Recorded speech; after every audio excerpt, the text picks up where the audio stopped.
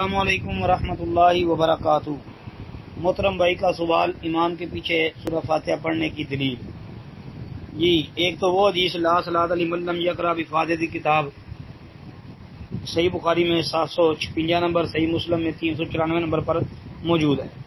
دوسری بڑی واضح دلیل وہ یہ حدیث جس کو امام بخاری رحمۃ اللہ علیہ نے اپنی کتاب جزء القراءۃ کے اندر نقل کیا ہے۔ حدیث کا نمبر ہے 255۔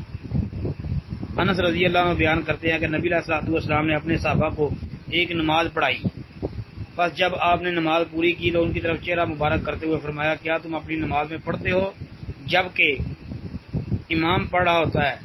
تو وہ خاموش رہے۔ آپ نے یہ بات 3 دفعہ دہرائی تو ایک یا کئی لوگوں نے یہ کہا، جی بے شک ہم ایسا کرتے ہیں۔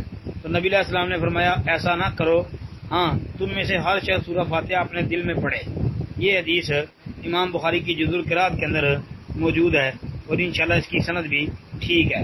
اس کے علاوہ صحیح ابن حبان کے اندر یہ حدیث آتی ہے جی 1841 نمبر پر اور 1849 نمبر پر۔ اس کے علاوہ امام بہقی کی کتاب القراءۃ کے اندر 140 نمبر پر یہ حدیث موجود ہے اور کئی کتابوں میں بھی آتی ہے۔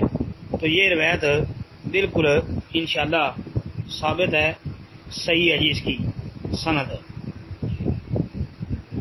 اور اس کے سارے راوی انشاءاللہ ثقہ صدوق ہی ہیں، یعنی صحیح حدیث والے ہی راوی ہیں، قابل حجت ہیں۔ اس کے علاوہ بھی دلائل ہیں، آپ فی الحال جس کو یہ دکھانا چاہتے ہیں یہ دکھائیں، انشاءاللہ فائدہ ہوگا۔ السلام علیکم ورحمۃ اللہ۔